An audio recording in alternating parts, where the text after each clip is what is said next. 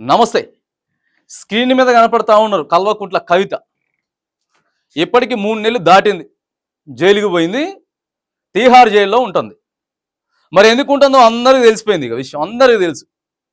Delhi liquor స్కాములు జరిగినాయి. ఈమె పోయి ఆడ పెట్టుబడులు పెట్టింది. సాక్షాత్తు ఢిల్లీ ముఖ్యమంత్రి కూడా ఈ కేసులు ఎరగడానికి ఏమే కారణమని ఆరోపణలు ఉన్నాయి. ఇక బెయిల్ కోసం అప్లై చేస్తా ఉన్నది.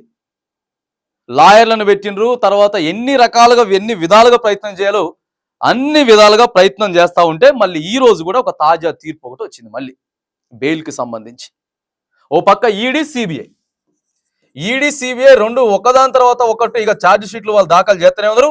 ఇటు పక్క కవిత లాయర్లు కూడా చేస్తూనే ఉంటే ఇక ఇవాళ రీసెంట్గా ఎంత అండి, ఈరోజు ఆగస్టు 12వ తారీఖు ఇవాళ కూడా ఒక తీర్పు ఏమొచ్చిందంటే కవితకు సంబంధించి మళ్ళా ఆగస్టు 20 వరకు కూడా పొడిగింపు చేస్తా ఉన్నాం. ఆగస్టు 20 వరకు కూడా మరి ఏదైతే ఆమె కస్టడీ ఉందో మళ్ళీ పొడిగింపు చేస్తా ఉన్నాం. ఎందుకంటే కవితే కీలక సూత్రధారి. ఆమె చాలా ఫేమస్ ఉన్నటువంటి వ్యక్తి. ఆమె బయటికి వెళ్ళిందంటే మాత్రానికి మొత్తం సాక్ష్యాలు ఏవైతే ఉన్నాయో వాటిని తారుమారు చేసేటటువంటి అవకాశం ఉందని చెప్పి మరి ఈడీ సిబిఐ తరపున న్యాయవాదులంతా కూడా ఆడ వినిపిస్తా ఉన్నారు. కవితకు సంబంధించి ఆల్రెడీ ఆమె 11 కేజీల బరువు తగ్గింది, ఆమెకి బీపీ పెరిగింది, ఆమెకు జ్వరం వస్తూ ఉన్నది అని చెప్పి కవిత తరపున లాయర్లు కూడా ఆల్రెడీ పిటిషన్ వేస్తూనే ఉన్నారు.